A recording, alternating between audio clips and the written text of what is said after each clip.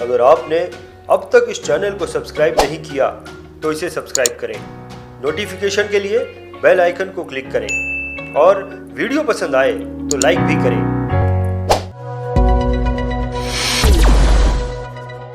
जैसा कि मैंने बताया कि भारत देश में 10 लाख से भी ज्यादा फाइनेंशियल एडवाइजर हैं। करीबन सारे ही बैंक जो है वो फाइनेंशियल एडवाइजरी की सर्विसेज देते हैं। कई सारी ब्रोकिंग फर्म है जो कि बहुत ही प्रोफेशनल तरीके से और बहुत ही हाई एंड टेक्नोलॉजी के साथ में फाइनेंशियल एडवाइजरी की सर्विसेज देते हैं, जिससे कि एक कंपटीशन का माहौल बनता है और एक ही कस्टमर को कई बार एक से ज्यादा फाइनेंशियल एडवाइजर जो है वो अप्रोच करते हैं फाइनेंशियल एडवाइजरी की सर्विसेज देने के लिए। तो इससे कई बार जो होता है एक फाइनेंशियल एडवाइजर के हाथ से जो है उसका क्लाइंट चला जाता है। इस पर आप क्या बोलना चाहेंगे? देखिए, चैलेंजेस एंड कंपटीशन ये तो हमेशा रहेंगे, चाहे पहले भी था और आज भी और आगे और बढ़ेगा। तो इसके लिए हम लोग भय करके या चिंता करके बैठ जाए, उससे काम नहीं चलने का है।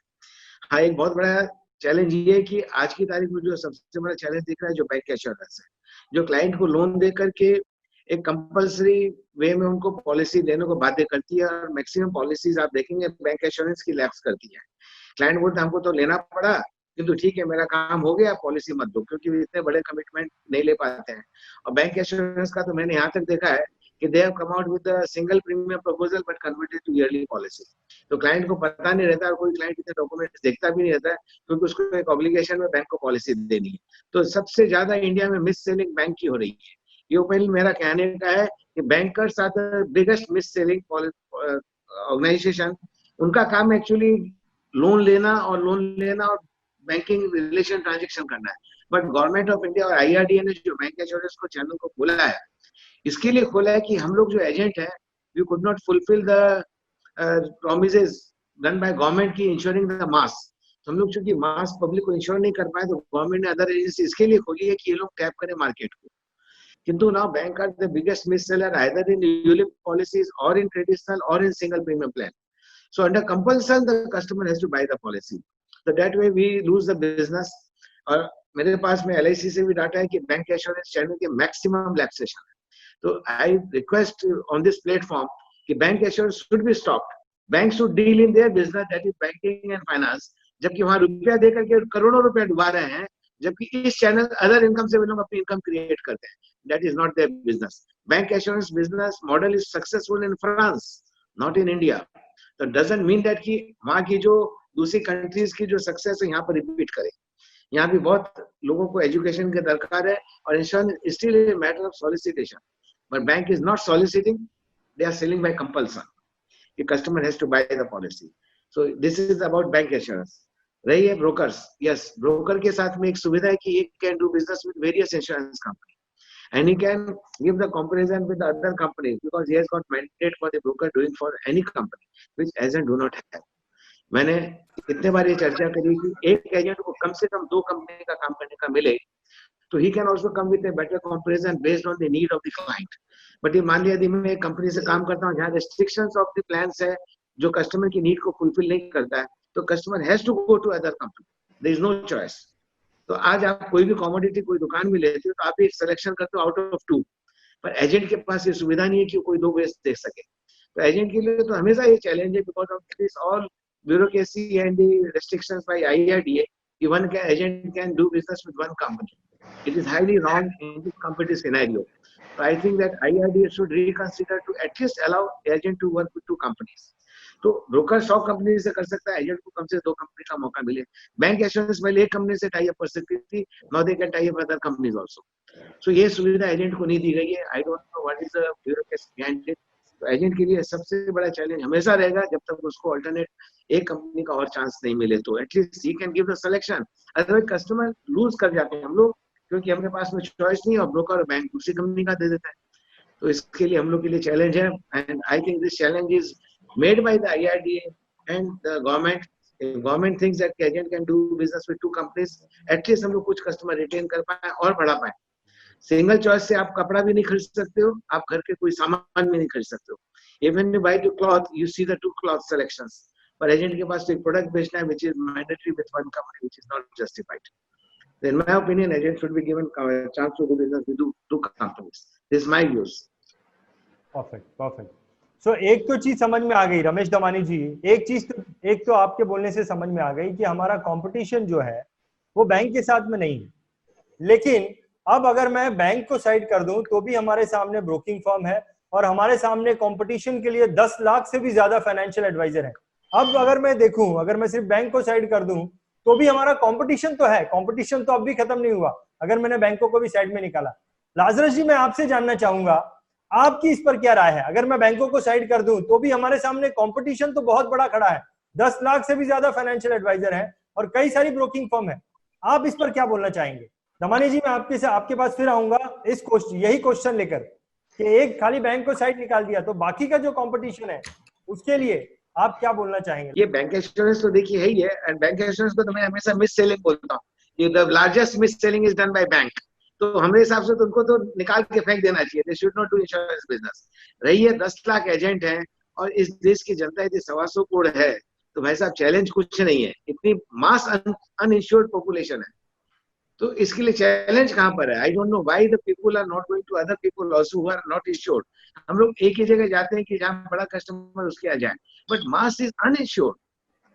तो there is a huge potential of market. तो कंपटीशन कहां पर है? कंपटीशन दो जगह है, एक लैक ऑफ नॉलेज है। यदि हमको प्रोडक्ट नॉलेज ठीक से नहीं और कस्टमर की नीड के हिसाब से नहीं फुलफिल कर पाते हैं तो वी लूज बिजनेस। तो to upgrade yourself, make yourself more knowledgeable. यदि आप दूसरे से ज्यादा नॉलेजेबल होते हो तो कंपटीशन नहीं आता है।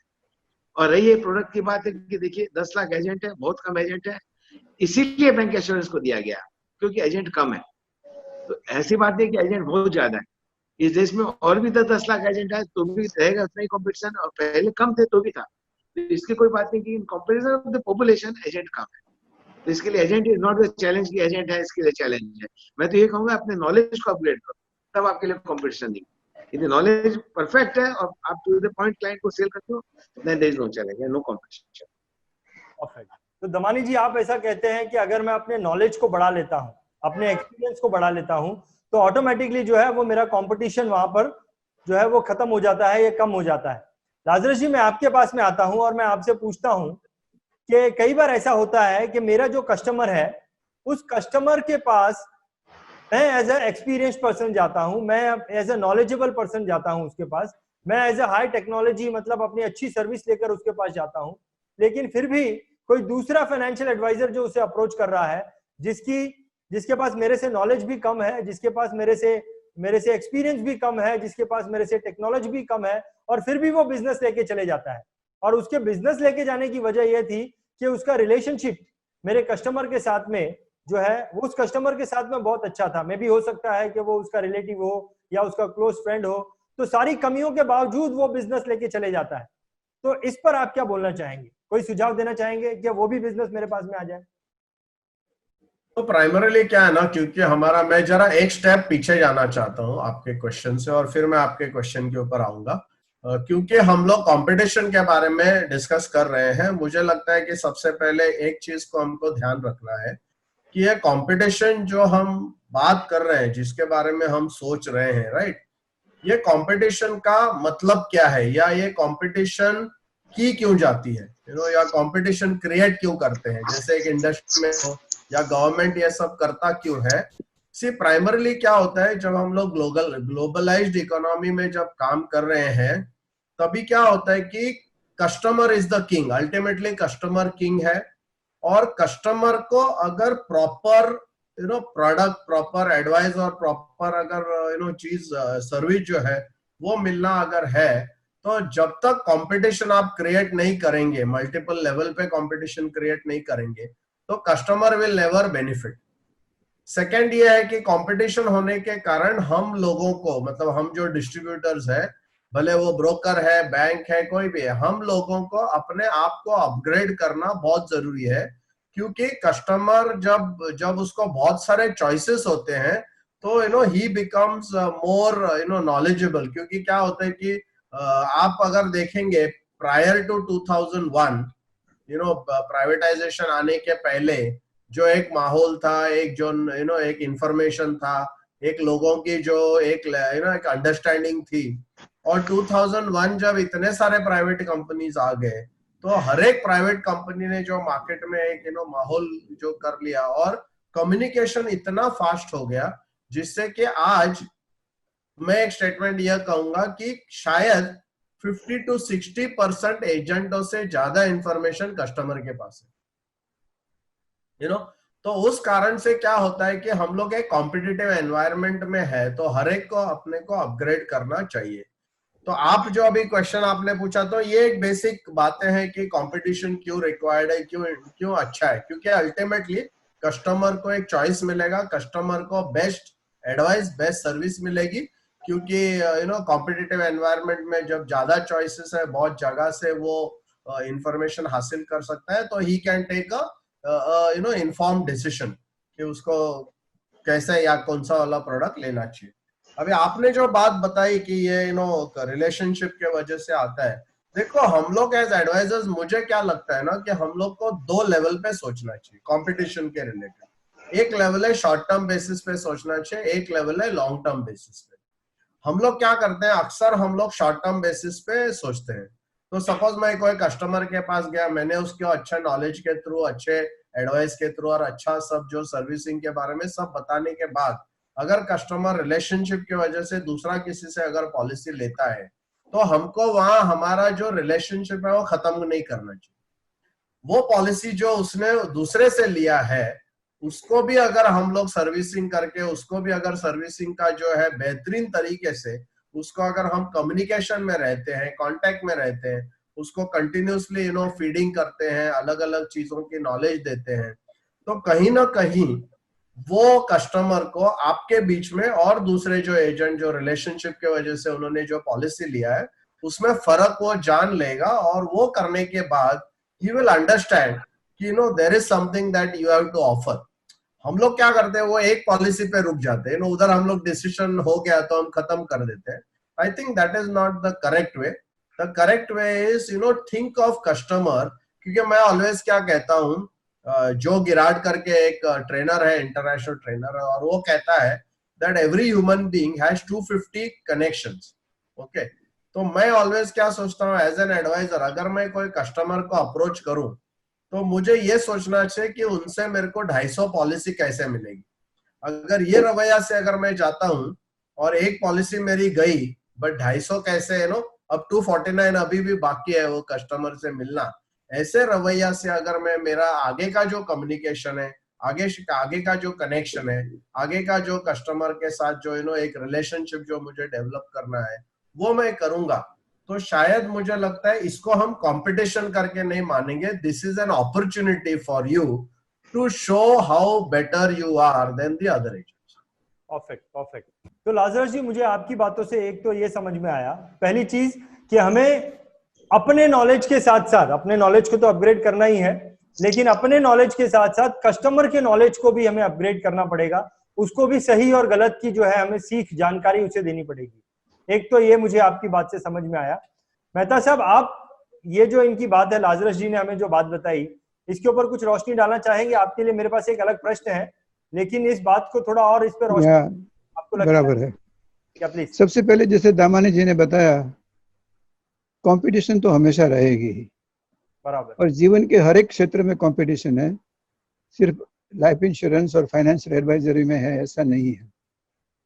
और इसको हमें एक्सेप्ट करके ही काम करना है, उसको हम छोड़ नहीं सकते हैं। कहीं कहीं कंपटीशन अनइक्वल हो जाती है, वहां हम जीत नहीं पाते। जैसे बैंक के पास एक कुछ ऐसी सर्विसेज है कि जो लोन देता है, तो वो थोड़ा कंपल्सन हो जाता है और पॉलिसी ले लेता है। जैसे लाजरस जी ने बताया कि वो अंदर वो कंपल्सन ले लेता है और फिर वो पॉलिसी लैप्स भी हो जाती है, वो भी हमने देखा। तो ये एक अनइक्वल कंपटीशन है, वहां जीतना मुश्किल है, उसको बारे में सोचना भी नहीं है। क्योंकि हर एक क्षेत्र में जैसे कि रेसलिंग है, तो रेसलिंग में इक्वल वेट वाले का ही एक साथ कंपटीशन में डाला जाता है। हर एक लेवल का एक रेसलिंग का लेवल होता है और उसी में उनको कॉम्पीट करना होता है। दूसरा आपने बताया कि राजेश जी ने बताया कि भाई इससे कस्टमर को बहुत फायदा होता है, लेकिन मैं ये भी कहूंगा कि इससे एजेंट को भी बहुत फायदा होता है, एडवाइजर को भी बहुत फायदा होता है। कंपटीशन की वजह से उसके पोटेंशियल्स बाहर आते हैं, वो वो आगे बढ़ने की कोशिश करता है और अच्छा करने की कोशिश करता है। और आपने बताया कि एक रिलेशन था, उसने उसको अपने रिलेशन को दे दिया, लेकिन रिलेशन का उसका पॉइंट स्ट्रांग था, वो बात सही है, लेकिन अपना कॉम्पिटेंस का पॉइंट इतना स्ट्रांग नहीं था, वो भी बात सही है। अगर किसी से ऑपरेशन करवाना है, हार्ट सर्जरी करवाना हो, तो हम अपने रिलेशन के पास करने जाते हैं, सबसे अच्छा डॉक्टर कौन है उसके पास जाते हैं। सो जितना कॉम्पिटेंस ज्यादा होगा उतना हमारी कंपटीशन कम होती जाएगी। जितना कॉम्पिटेंस कम होगा उतनी कंपटीशन हमें ज्यादा सहन करनी पड़ेगी। और एक बात दामानी जी ने और भी बताई कि बहुत सारी अपॉर्चुनिटीज है, हमें एबंडेंस मेंटालिटी से काम करना चाहिए कि बहुत सारी अपॉर्चुनिटी, हम 10 लाख है, 20 लाख है, और उसके सामने 130 करोड़ लोग है, बहुत सारे लोग अनइंश्योर्ड है। So there are a lot of opportunities. We should focus on opportunities, and these are more of opportunities rather than challenges, according to me. Yes, sir. Mehta साहब आपने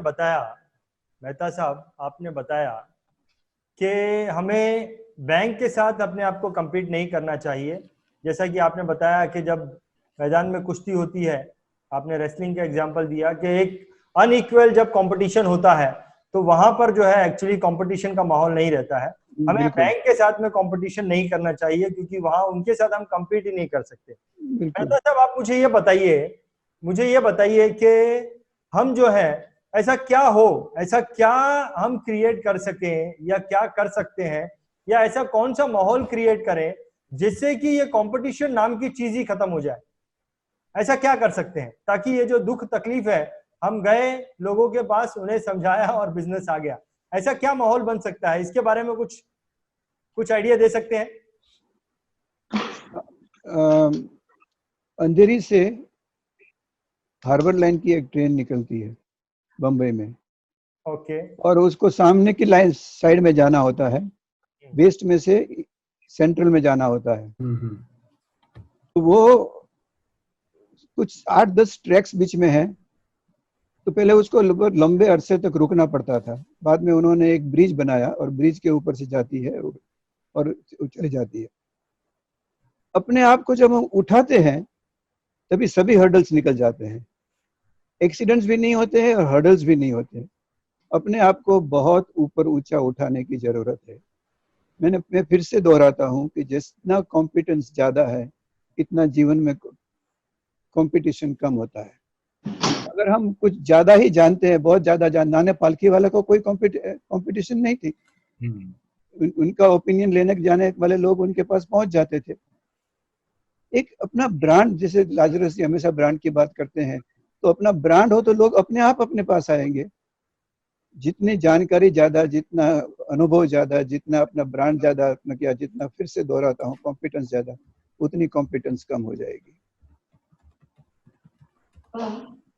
यानी कि आपने ये बताया कि हमें अपने आप को उठाना है, ऊपर उठाना है। यानी इसका मतलब क्या है? इसका मतलब ये कि मुझे अपने नॉलेज को बढ़ाना है, मुझे अपने मेरा नॉलेज बढ़ाना है, मेरा तजुर्बा बढ़ाना है, मेरा बात करने का, प्रेजेंटेशन का स्किल बढ़ाना है, मेरा कन्विंसिंग एबिलिटी बढ़ाना है, मुझे क्लाइंट की नीड को अच्छी तरह से समझना है और वही नीड को फुलफिल करना है। Find a need and fill it up. Perfect, great. बहुत ही अच्छा आइडिया दिया आपने मेहता साहब कि हमें, अगर वो जो आपने ट्रेन का एग्जांपल दिया कि एक ब्रिज बना दिया ट्रेन को ऊपर से लेके जाना शुरू किया, तो जो है वो सारी हर्डल्स खत्म हो गई। ये आपका एग्जांपल जो है वो हमेशा दिमाग में रहेगा। दमानी साहब, आपसे पूछना चाहूंगा, आपका इतने सालों का तजुर्बा है, आप कोई एक्सपीरियंस हमारे साथ में शेयर कर सकते हैं जहां पर आपके सामने ये कंपटीशन का माहौल बना हो और इस कंपटीशन की वजह से आपके हाथ से बिजनेस चला गया? कोई किस्सा ऐसा कोई शेयर कर सकते हैं आप, या फिर सामने वाले का बिजनेस चला गया हो? देखिए, कंपटीशन जिस प्रकार हमको भी मिलता है बिजनेस, कोई का बिजनेस लॉस होता है हमको मिला, somebody has lost business and I got the business, उसके लिए मैं कॉम्पिटिटर था और मेरे लिए भी कोई ना कोई कॉम्पिटिटर है। और जैसा कि कहा कि भी आज एक क्लाइंट के पास में ऑलरेडी 5 ब्रोकर, 5 एजेंट या बैंक अप्रोच कर चुका है, उसके बीच में हमको जाके कैसे हमको सक्सेस लाना है। तो देखिए सबसे बड़ा मेरे लिए सक्सेसफुल का है कि settlement of the claims. If I am very much focused on the claims, the client will never go. यदि आप, मैं तो जनरल इंश्योरेंस का भी काम करता हूँ, and is the most technical subject where I have to deal with the claims. और आज की तारीख में मैं 55 क्लेम हैंडल कर रहा हूँ. जो 20 मई को कलकत्ता में साइक्लोन आया था वेस्ट बंगाल में, rather more concentrated in Calcutta. I am handling around 55 claims, and one claim I settled just in 3 days. मैंने आज उसने क्लेम रिपोर्ट किया. 20 मई को साइक्लोन है, 23 मई को हमको क्लाइंट ने कांटेक्ट किया, उसने हमको 27 मई को लॉस एस्टिमेट दिया कि हमारा इतने का लॉस है, और 30 तारीख को इसके अकाउंट में चेक चला गया. What more you want? मेरे क्लाइंट का मेडिक्लेम पेपर आज आ रहा है, 36 लाख का क्लेम है, और उसको 7वें दिन बोलता है उसके अकाउंट में रुपया चला गया. वे क्लाइंट कितना भी रिलेटिव हो, वो कहीं नहीं जाएगा. तो that is the USP with any agent, he is attentive to the claims. There is no competition. जैसे अभी कहा आपके मेहता साहब ने कि आज नानी पालकी वाले के पास वो लोग फीस दे करके जाते हैं, even they fee make the payment in advance to get the date and to get the opinion. है तो टैक्स की वही किताब है, इनकम टैक्स एक्ट एक किताब है जो सबके लिए एप्लीकेबल है. But why is being called for? Because of USP, opinions, perfect opinion, unchallengeable opinion. यदि एक एजेंट परफेक्ट सर्विस देता है तो देयर इज नो चैलेंज. सारा मैदान उसी का है. यस, मेरे साथ भी चैलेंज होता है. I am doing business in the houses where the son is agent. और उस घर से हमको कितना प्रीमियम मिलता है जानते हैं? 5 करोड़ रुपया. Because the son cannot give service. जैसा मेहता साहब ने कहा कि तू कोई सर्जन है, हाँ हमारा बेटा सर्जन बन जाए, मैं फर्स्ट पेशेंट हो, फर्स्ट सर्जन हो, हम तो सर्जरी नहीं कराएंगे. I will come to Bombay to Dr. Panda या best doctor of the world. So I am not going to give the preference to the relation. Yes, relations are there. But अपने risk लेकर कोई relation में नहीं देगा. It doesn't mean that कि कोई आदमी इंफीरियर क्वालिटी की चीज बनाता है वही चीज खाता है. वे अपने लिए घर में प्राइम चीज खाएगा, but for selling is selling inferior product. तो डजंट मीन दैट कि यस कंपटीशन होना चाहिए. अगेन एग्री, बिना कंपटीशन के लाइफ नहीं है. बिना कंपटीशन के आप में वाइब्रेंसी नहीं आएगी. Competition keeps you alive. Competition नहीं है तो हम मर जाएंगे, हमारी सोच खत्म हो जाएगी, हम आगे नहीं बढ़ पाएंगे. सब कंपटीशन तो हर क्षेत्र में, not only insurance, in the life, in the health, in the wealth, everywhere there should be competition की to compete better and the best. तो इसके लिए I don't feel that competition is a hurdle. Competition word is a interesting word. Competition नहीं है तो life भी नहीं है. तो इसके लिए कंपटीशन होना बहुत जरूरी है. कंपटीशन में लाइफ खत्म हो जाएगी. तो now how to overcome is how you come across the client, how you attend him, how you give him focus. Client यदि नेग्लेक्टेड फील किया तो आपका परिवार का रिश्तेदार भी आपको छोड़ देगा. वो लगा नादान की दोस्ती जी का जंजाल, भारी आफत हो गया, रिश्तेदारी में काम करके मर गए. तो इसलिए बेटर है कि please give focus, attention, 100% thorough attention. यही तो हमारी चांस है टू ग्रैब द बिजनेस. आज सोचिए 2002 में जब डी टैरिफ हुआ था, आप लोगों को I don't know because you don't know about general insurance, there is a huge competition in the premium rates. Not only claims, in the premium rates also. I have not lost a single client. क्यों? मैंने एक client को 130 करोड़ का claim दिया, एक client को 54 करोड़ का claim दिया, कोई को 60 करोड़ का क्लेम दिया. That gives a vibration in the market. Yes, Damani साहब इतना बड़ा क्लेम सेटल कराते हैं, और आज भी मेरे पास घर बैठे बिजनेस आ रहा है. ये लॉकडाउन मेरे लिए लॉकडाउन नहीं था. I don't have time. मैं सुबह 9:30 से लेकर रात में 9 बजे तक काम कर रहा हूँ. In this lockdown period I am selling policies. तो कहाँ कमी है? There people are searching good agents, mind it. आज की तारीख में हर अच्छे व्यक्ति की खोज की जा रही है. ऐसा मत सोचिए कि देयर इज अ कंपटीशन. यदि आप अच्छा काम करोगे, लोग आपके पास में आएंगे. तो इसके लिए कंपटीशन अपने आप से करिए, लोगों के कंपटीशन को मत फेस करिए. How can you improve yourself better better and better tomorrow? Compete with yourself, don't see competition outside world. मेरे लिए कहीं कंपटीशन नहीं है. मेरे लिए खुद में कंपटीशन हूँ कि कल से आज मैं बेटर कैसे हूँ. यदि मैं कल कोई सेल में फेल किया तो how should I overcome it. And there is a competition, क्योंकि मैं भी जिसका बिजनेस, कोई का बिजनेस लाया हूं, आई हैव कॉम्पीटेड विद समबडी. इसके लिए मेरे से भी कॉम्पीट करके कोई ले जाता है, I don't feel as a failure. I feel that it is an opportunity to learn more. So इसके लिए never fear from competition. Competition is the growing knowledge. अपने आप को एनहांस करिए, don't blame anybody.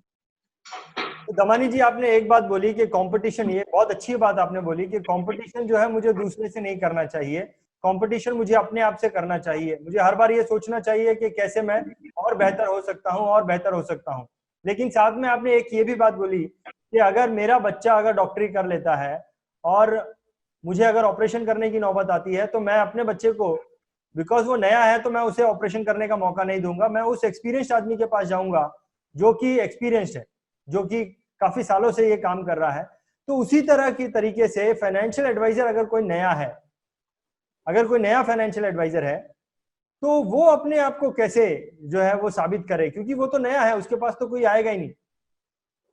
Rajesh ji, देखिए मैं इसका आंसर देता हूँ। यस, नया एमबीए है तो हम ये सोचते इसके पास नई आइडियाज है। He has come with a new knowledge, new concept with a modern technology. Old MBA के पास में जो modernization जो नए के पास में है, तो नए आदमी को अपने रूप से जाना पड़ेगा with more high-end technology, with more better polished way कि yes, I am there, who has studied, उसका अपना knowledge होना चाहिए. He should pass the examination. He should have affiliation with some good organization. आज इंडिया में इतने training institute है, कोई से जुड़े, कोई से सीखे और उससे जाकर के करे। ऐसी बात नहीं कि नए आदमी, हम भी कभी नए थे, हम भी कभी नए थे। हर व्यक्ति नया है, जो भी पास करके आएगा एमबीए से नया, जो भी डॉक्टर आएगा नया है। पर शुरू में क्या होता है कि हमको जैसे प्रोत्साहन मिला हमारे स्कूल मेट्स के साथ, हमारे क्लास फेलो फ्रेंड ने हमको सपोर्ट किया कि चलो दमानी को काम देते हैं, और मैंने उनके साथ अच्छी तरीके से काम किया, वेरी ऑनेस्टली, वेरी डेडिकेटली। एक बार यदि आप ऑनेस्टली और डेडिकेशन को पकड़ लेंगे, अपना इंटरेस्ट भूल जाइए, don't go for short term gain. हम लोग क्या करते हैं कि शॉर्ट टर्म में कैसे हमको इनकम ज्यादा और करके निकल जाए, कभी मत सोचिए। You always think for others. यदि आप दूसरे की सोचते हैं तो दूसरे भी आपकी सोचेंगे। यदि आप अपने स्वार्थ में रह जाएंगे दोस्तों, you are out from the market. So never think for yourself, you will be automatically taken care if you feel for others. तो इसके लिए जो दरकार हो, you think always as a customer. मैं जब भी पॉलिसी करता हूँ, I feel I am the customer, I am not the agent. यदि मैं कस्टमर होता तो क्या एक्सपेक्ट करता है एजेंट से, वही पॉलिसी में बेचता हूँ। दोस्तों आज भी मैं पॉलिसी रिफ्यूज करता हूँ कि पॉलिसी आपको सूट नहीं करेगी, मत लीजिए। इट डजंट मीन दैट कि I am a salesman, no, I say I am never a salesman, I am a buyer. यदि मैं कस्टमर होता तो क्या लेता, वही पॉलिसी दूंगा and I get the cheque. तो इसके लिए दोस्तों अपना स्वार्थ छोड़ो, you are in the social service, mind it. एक इंश्योरेंस एजेंट कितनी बड़ी जिम्मेवारी ले रखा है। He is not doing for himself, he is serving the society. आज उस पर समाज की बड़ी जिम्मेवारी है। यदि कोई परिवार अनइंश्योर्ड रह जाता है और कोई व्यक्ति की डेथ हो जाती है, I feel we are responsible. We have not approached that family to insure that earning person. यदि कोई फैक्ट्री में आग लग जाती है, अनइंश्योर्ड रहती है, बैंक रुपया नहीं छोड़ेगी, उसके प्रॉपर्टी अटैच कर लेगी। We have not approached, we have not adequately insured. तो दोस्तों हमारी नॉट हमारे प्रति जिम्मेवारी है, हमारी समाज, देश, सबके प्रति जिम्मेवारी है। And we are doing wrong if we are not adequately insuring the public. तो दोस्तों हमारी बहुत बड़ी जिम्मेवारी, इसके अपने आप का नॉलेज बढ़ाइए, see the need of the society person. इसके आप एडुकेसी करेंगे तब आपके लिए कंपटीशन नहीं है। पर यदि आप बोलेंगे जिसने पॉलिसी दी 5 लाख की करके निकल गए, पर उसकी भूख है 1 करोड़ की, तो दोस्तों there is a huge demand. I received a call yesterday from one of my clients. Mr. Damani, you are insuring my properties of 5,000 crore. Why don't you propose my insurance? देखिए, why don't you insure for 100, 200, 300 crore? आप मेरी 5,000 करोड़ की property की चिंता करें, मेरी नहीं कर रहे हैं। आप कैसे आदमी हो, सोचिए, हमको उल्टी डांट पड़ी। तो this is huge market, don't worry, this is very big market. सारी पब्लिक जिसकी भी आपने 5 साल पहले इंश्योरेंस करी है, आज अंडर इंश्योर्ड है, क्योंकि इन्फ्लेशन भी देखिए। इसके लिए दोस्तों there is a huge market. You can look at your portfolio, you can go back to your client, tell the needs, because commitment बढ़ रहे हैं। जो इलाज पहले लाख रुपए में होता है, आज 5 लाख मांग रहा है, तो नीड बढ़ गई। इसके लिए दोस्तों कोई घबराने की बात नहीं है। कंपटीशन हुई बिना आपकी ग्रोथ नहीं है, हमारी ग्रोथ नहीं है, तो हमने समाज को अधूरा इंश्योर छोड़ा है।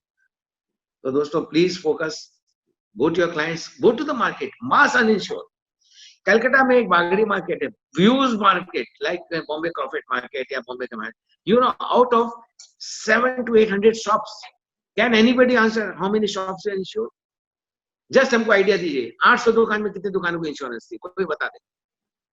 20 shops were insured. Out of 800 shops, only 20 shops were insured, 780 shops gutted. कितना बड़ा मार्केट है। हम लोग जाते ही नहीं है, सिर्फ हमको से एचआई नहीं कस्टमर के पास है। अरे साहब, सब कस्टमर एचआई नहीं है। यदि कोई व्यक्ति है अपने परिवार के लिए दुनिया है, वे अपने परिवार के लिए एचआई नहीं है, आप क्यों एचआई नहीं खोजते हो? मैं तो एक ही कहानी कहता हूँ, कब चाय वाला प्रधानमंत्री बन जाए। तो don't think team man as a team man, he may be the prime minister. Don't think a customer, small customer, he may be the big customer in future. तो इसके लिए ये आइडेंटिफाई मत करिए HNI भूल जाइए। ये कोरोना ने दिखा दिया HNI क्या होता है। तो इसके लिए दोस्तों हर व्यक्ति इंपॉर्टेंट हमारे लिए, not neglect big market. 125 crore जनता इस देश के लिए हमारे लिए बूम है।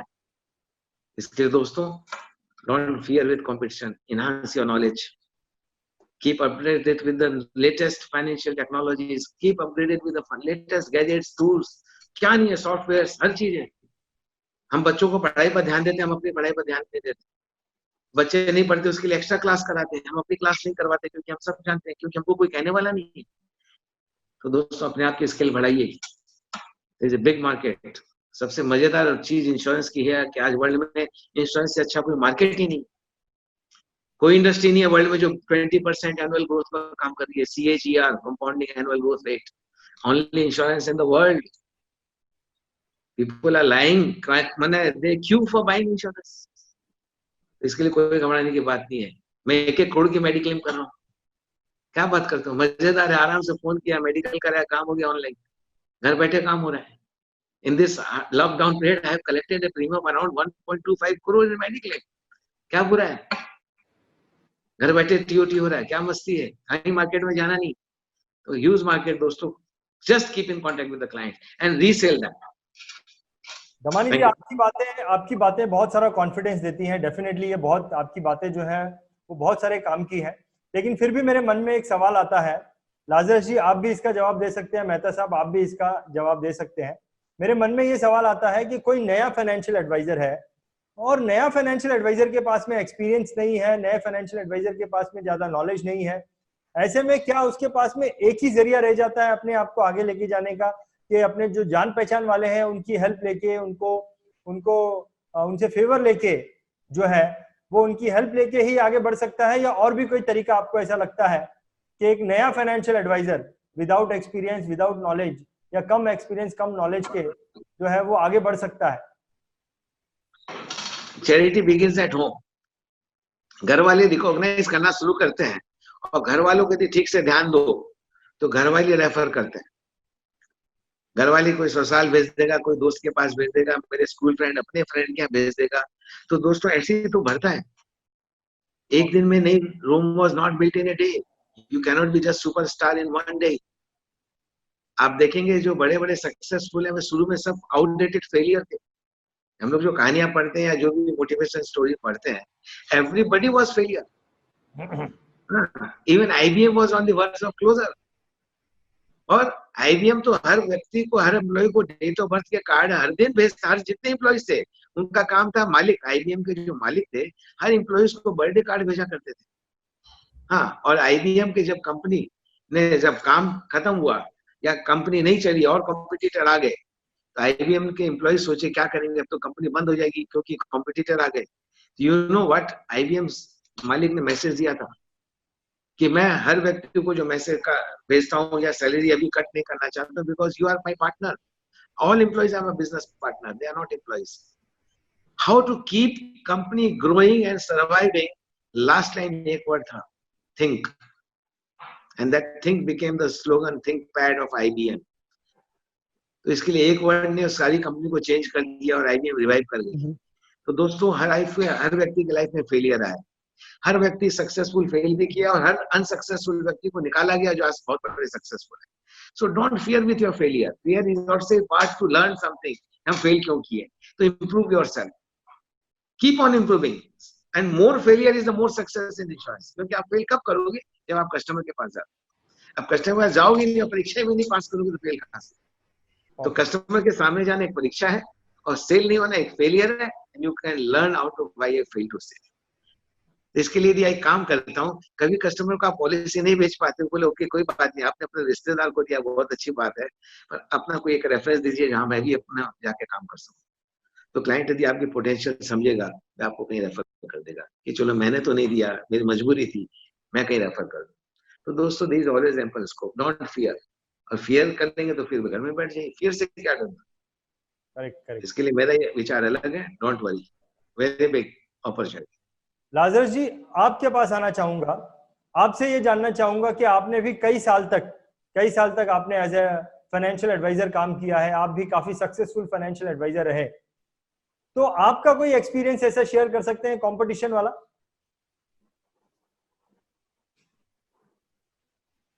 Please unmute yourself, unmute yourself, you will have to unmute yourself.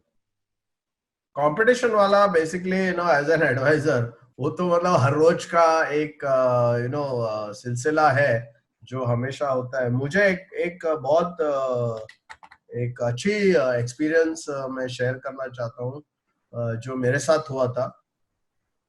किसी ने मुझे सामने से बुलाया था पॉलिसी के लिए, और मैं मतलब वो मेरे को पहचानता नहीं था, किसी से नंबर लिया, क्या हुआ पता नहीं, बट मुझे उन्होंने बुलाया।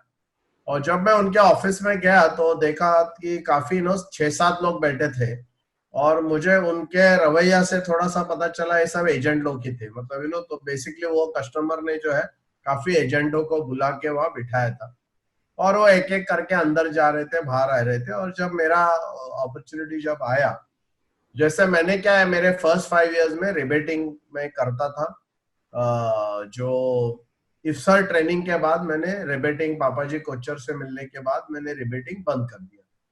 तो यहाँ जब ये कस्टमर के पास में अंदर गया, तो अंदर जाने के बाद सीधा सीधा बात ये हुआ कि हमको एक 5 करोड़ की पॉलिसी लेनी है, और उसका प्रीमियम इतना है, ये प्लान लेना है, इतने साल का प्लान लेना है, और आप बताओ कि आप रिबेट कितना देंगे। तो मुझे इस प्रकार का जो इस प्रकार का सवाल जो है कोई पूछता है, ये मेरा बहुत मतलब अलग एक्सपीरियंस रहा। तो थोड़े देर के लिए मैं तो एकदम शांत रहा, क्योंकि आई वाज शॉक्ड कि कोई ऐसा कैसे बोल सकते हैं। नॉर्मली क्या होता है, हम लोग जाते हैं, लोग पूछते हैं क्या पॉलिसी है, कैसा है, और हम डिटेल शेयर। यहाँ कस्टमर सामने से उन्होंने सब डिसाइड किया था कि कौन सी पॉलिसी लेना है, कितना समय शॉर्ट लेना है, उसका प्रीमियम कितना आता है, कितना टर्म होगा, सब चीज उनको पता था। और शायद उनको हमको कमीशन कितना मिलने वाला है वो भी पता था। तो उन्होंने सीधा सीधा मेरे को पूछा कि क्या आप रिबेट क्या देंगे। तो मैंने ऑफकोर्स मैंने उनको बोला, आई एम सॉरी सर, मतलब I don't give rebate, I give proper advice and I give appropriate service. So rebate मैं नहीं दूंगा, I don't think that is what I would like to do. मैं आपको अच्छा एडवाइस दूंगा, अच्छा तो क्या है कि सामने कस्टमर एकदम भड़क के मुझे बोला, क्या आप एडवाइस देंगे, क्या आप सर्विस क्या देंगे, क्या एडवाइस देंगे। वो कहता है कि आपको खाली एक फॉर्म भरने के लिए इतना कमीशन मिलता है, खाली एक फॉर्म तो भरना है, वो तो मैं भी भर सकता हूँ, तो आपको फिर इतना कमीशन मिलने से क्या मतलब है। अगेन सेकंड वो सडनली शॉकिंग बात हो गया, और उसको फिर हैंडल करने के लिए ऑफ हैंड मुझे मतलब एक ऐसा और मैं आप लोगों को जो भी सुनने वाले उनके लिए एक बहुत अच्छा एक अच्छा एक ऑब्जेक्शन हैंडलिंग का तरीका भी मैं बताऊंगा, क्योंकि आज ये टॉपिक निकला है। तो मैंने उनको एक ही सीधा से मैंने उनको बोला कि सर क्या है ना, अगर आप फॉर्म भरेंगे ना तो सर आपको पॉलिसी जरूर मिलेगी। मैंने क्या कहा उनको कि सर आप फॉर्म भरेंगे तो आपको पॉलिसी जरूर मिलेगी। और मैंने कहा सर अगर मैं फॉर्म भरता हूं तो आपको क्लेम जरूर मिलेगा, सर फर्क ये है। और मैंने उनको बोला, उस जमाने में प्रपोजल फॉर्म का क्वेश्चन नंबर 11 था, जिसका पूरा मेडिकल रिलेटेड क्वेश्चंस था, उनके जॉब रिलेटेड क्वेश्चंस था, जो जनरली सब agents no no no no करके लिखते हैं, कोई कस्टमर को वो पूछता नहीं था। तो मैंने उनको वो फॉर्म निकाल के मैंने उनको बोला कि ये जो क्वेश्चंस है ना, और उनको फॉर्म दिया, और मैंने उनको पूरा जो क्वेश्चंस है उसको मैंने बाय हार्ट उनको एक के पीछे एक पूरा क्वेश्चन एग्जैक्टली जैसे प्रपोजल फॉर्म में लिखा है वैसे उनको मैंने पढ़ के बताया। और मैंने उनको बोला, sir thank you very much कि आप मुझे यहाँ पर बुलाए। आई एम डेफिनेटली मतलब मैं ऐसा इस प्रकार का काम करना नहीं चाहता हूँ, एंड मेरा एक अलग तरीका है काम करने का, बट ये फॉर्म सर आपके पास रख लीजिए, और जो भी एजेंट आपको सबसे ज्यादा रिबेट देता है उसको आप पूछ लीजिए कि क्वेश्चन नंबर 11A क्या है, क्वेश्चन नंबर 11B क्या है, क्वेश्चन नंबर 11C क्या है। और जो भी एजेंट आपको प्रॉपरली ये अगर बता देगा उसको आप ये पॉलिसी दे दीजिए। तो ये एक जो एक्सपीरियंस है मेरा बहुत ही मतलब और मैं वहां से मतलब विदाउट एनी बैड फीलिंग मुझे ऐसा लगा कि इनके साथ मेरे को काम नहीं करना है, because that was not the type of customer I wanted to be associated with. तो इसके लिए मैंने उनको छोड़ दिया। इसी प्रकार से और एक एग्जांपल है, मेरे एक स्टूडेंट ने एक दिन मुझे कॉल किया और बोला कि सर बहुत ही मेरा मतलब अच्छा कस्टमर है, बड़ा पॉलिसी मैंने उनको प्रपोज किया है, बट अभी प्रॉब्लम क्या हो रहा है कि सामने दूसरा एक कोई नया एजेंट है जो बहुत ज्यादा एक्सपीरियंस नहीं है, बट वो मेरे से ज्यादा रिबेट दे रहा है और कस्टमर कह रहा है कि वो रिबेट ज्यादा दे रहा है, इसके लिए मुझे पॉलिसी उनसे लेना चाहिए, आप मैं मेरा खुद का नुकसान क्यों करके लूं। ऐसे वो एजेंट को बोला और बोला आप मेरे को, मैं 2 दिन आपको टाइम देता हूँ, सोच के मुझे बताइए कि आप अगर दे सकते हैं, आप मैच कर सकते हैं उसके कोड को, रिबेट का कोड को, तो मैं आपसे पॉलिसी लूंगा। तो वो एजेंट ने, बेचारे ने, काफी बड़ा पॉलिसी था, तो उन्होंने मुझे कॉल किया और बोला कि सर ऐसे ऐसे अभी प्रॉब्लम आया है और ये बड़ी पॉलिसी और मैं जस्ट बिकॉज ऑफ रिबेट में लूज कर जाऊंगा और मुझे इतना रिबेट देना नहीं है, भले मैं दूंगा बट इतना नहीं। तो मैंने फिर सोचा कि मेरे को एक दिन टाइम दे दो, मैं जरा सोच के मतलब बता देता हूँ तेरे को। तो नेक्स्ट डे फिर उसका कॉल आ गया, तो मैंने उनको बोला आप एक काम कीजिए, आप कस्टमर के पास जाइए और कस्टमर को बोलिए सर क्या है ना कि अगर आप ये पॉलिसी मेरे से लेते हैं तो जरूर आपको बहुत सारा नुकसान होगा और मैं रिबेट तो देने वाला नहीं हूँ, तो डेफिनेटली आपको नुकसान होगा। ओके, अब आप जिस एजेंट से रिबेट लेकर ये पॉलिसी लेने वाले हैं, मुझे ये पता नहीं है कि वो लॉन्ग टर्म में आपको बेनिफिट करेगा कि नहीं करेगा, बट मैं आपको 2 प्रॉमिस करना चाहता हूँ। नंबर 1 कि ये जिससे भी आप पॉलिसी लेंगे उसकी पूरी जिम्मेदारी, उसकी पूरी सर्विसिंग और उसकी पूरी जो फ्यूचर देखभाल है वो मैं करूंगा, वो मैं मतलब मेरे ऊपर, मतलब that will be my responsibility. और सेकंड चीज है सर, आप पॉलिसी वो एजेंट से जरूर ले लीजिए, बट सिर्फ एक छोटा सा काम कीजिए, जो भी आप फॉर्म भरेंगे, जो भी आप मेडिकल करेंगे, हर चीज एक बार मुझे आप दिखा देना, क्योंकि मैं चाहता हूं कि वो फॉर्म में कोई गलती से कुछ अगर गलत लिख दिया और फिर उसके कारण आपको कल जाकर क्लेम नहीं मिलेगा या और कोई दिक्कत होगी, ऐसा आपके साथ होना मतलब होगा तो मेरे को अच्छा नहीं लगेगा, क्योंकि मुझे आपकी पॉलिसी से मतलब नहीं है, मुझे आपसे मतलब है एज अ कस्टमर, तो मैं आपके साथ रिलेशनशिप रखना चाहता हूँ। पॉलिसी ठीक है सर, आप किसी से ले लेते हैं और आपका एनीवे मैं भी आपके जगह पे रहता तो मैं पॉलिसी उससे लेता, क्योंकि मेरे को बेनिफिट ये हो रहा है, बट एटलीस्ट लॉन्ग टर्म में आपको कोई लॉस नहीं होना चाहिए, इसके लिए ये आप मेरे से कर लीजिए। और आई थिंक वो फोन पे उन्होंने वो कस्टमर को बता दिया और बोला कि सर मैं पॉलिसी का पेपर जो है, प्रपोजल सर फॉर्म लेके आता हूँ और वो आपको रिटर्न कर देता हूँ। वो कस्टमर ने फोन रख दिया, कुछ बोला नहीं, और दूसरे दिन सवेरे जब वो जाने वाला था, उसके पहले जब वो वहां पहुंचा तो वो उसको एजेंट को बोला कि यार मेरे को समझ में नहीं आ गया तू क्या बोल रहा है, मतलब ये बात एकदम बिल्कुल कुछ अलग बोल रहा है तू।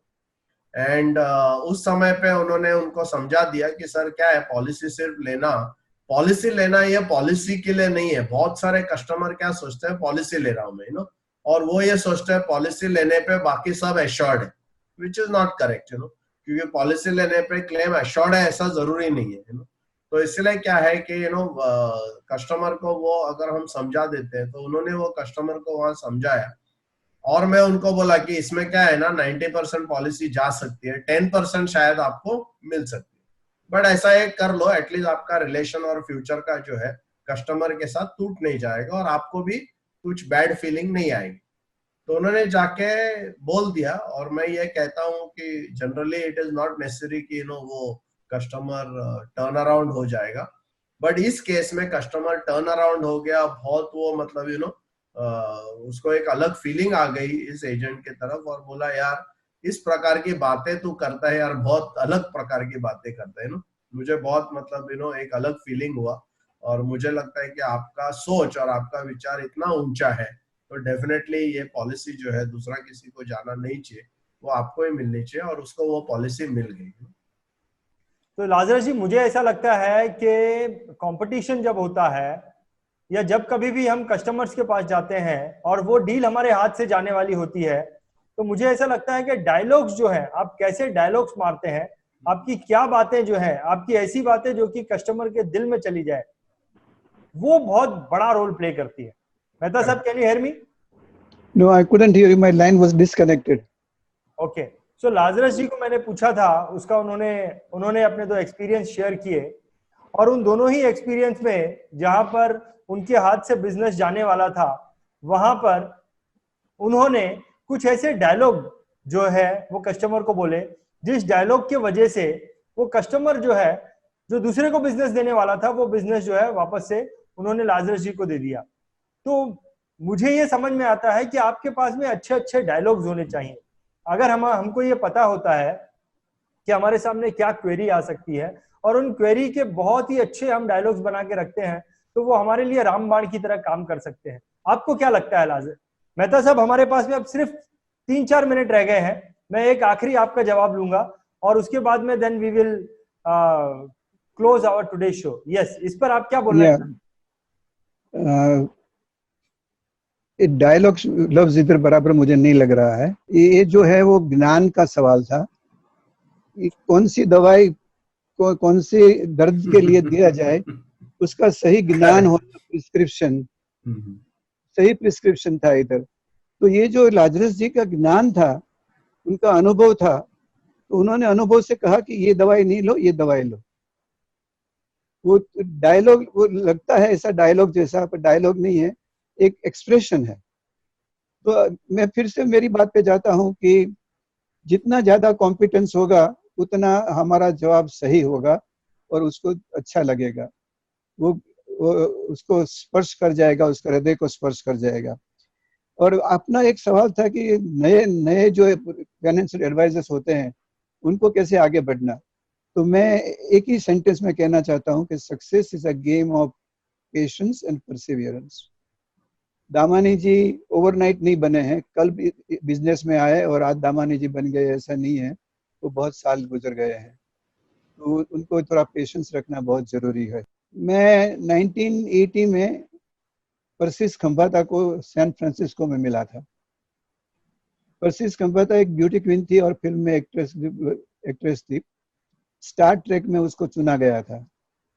तो उसके मुंह से सुनी हुई बात है, I heard from horses mouth, कि उसका जब भी वो ऑडिशन के लिए जाने वाली थी, उसके पहले उन्होंने कैसा कैरेक्टर है, कैसा रोल है, वो उसके बारे में ज्ञान लेने के लिए, जानकारी लेने के लिए तपास किया। तो उसको पता चला कि एक लेडी का रोल था, उसके सर पे बिल्कुल बाल नहीं थे, सब बाल कटवा दिए थे और एक बहुत बड़ा ड्रेस पहनती थी, बड़े बड़े कॉलर्स थे। तो उसने अपना सर के बाल कटवा दिए सब और ऐसा एक ड्रेस बनवाया। For a lady to go bald head is very big thing. और वो इंटरव्यू के लिए गई तो बड़े हॉल में प्रोड्यूसर और डायरेक्टर बैठे थे। जिसे देखा उसने बोला, yeah this is the person we want for our role. एक सुटेबिलिटी होती है, एक सुटेबिलिटी। जो गोल है हमारा, उसके लिए हमें सुटेबल बनना पड़ता है, तभी जाके हम गोल अचीव करते हैं। जब तक हम गोल के लिए सुटेबल नहीं रहेंगे, तब तक गोल अचीव नहीं कर पाएंगे। सो जो नए लोग आते हैं उनको अपने आप को सुटेबल बनाना है और पेशेंस रखना है और परसिवरेंस करना है, तब जाके वो बनेंगे। बहुत बहुत धन्यवाद, बहुत बहुत धन्यवाद मेहता जी। आपने जो बातें बताई वो बहुत ही हार्ट टचिंग थी और बहुत ही हमारे ज्ञान के जो है, जो एक्चुअल हमें नॉलेज चाहिए उस तक हमें पहुंचाती हैं। सो दमानी जी, लाजरस जी, मेहता जी, आप लोगों ने जो बातें हमें बताई, आज का हमारा टॉपिक था आर वी कम्पिटिंग, क्या हम एक कंपटीशन के माहौल में जी रहे हैं। ये सवाल जो है ये बहुत सारे फाइनेंशियल एडवाइजर्स के मन में कई बार आता है जब वो कंपटीशन की वजह से अपने बिजनेस को अपने हाथ से लूज कर देते हैं। लेकिन आप लोगों की बातों को सुनने के बाद में जो है वो बहुत सारी चीजें जो है क्लियर हो जाती हैं, आगे बढ़ने का रास्ता जो है वो बहुत अच्छे से खुल जाता है। तो ये था हमारा आज का टॉपिक, चर्चा जरूरी है के शो में। मैं आप लोगों का बहुत बहुत धन्यवाद करना चाहता हूं कि आप लोगों ने अपना समय निकाला और आप लोगों ने अपने मूल्यवान जो है विचार हमारे सामने रखे। बहुत सारे लोगों के फायदे की बातें आपने बताई हैं और बहुत सारे लोगों को इसका फायदा भी होगा। तो दोस्तों, चर्चा जरूरी है ये प्रोग्राम हम बहुत ही जल्द एक नए टॉपिक के साथ आपके सामने फिर लेके आएंगे। तब तक के लिए हम आपसे अलविदा चाहते हैं। बहुत बहुत धन्यवाद। So we can end the show now. Thank you very much. अगर आपने अब तक इस चैनल को सब्सक्राइब नहीं किया तो इसे सब्सक्राइब करें, नोटिफिकेशन के लिए बेल आइकन को क्लिक करें और वीडियो पसंद आए तो लाइक भी करें।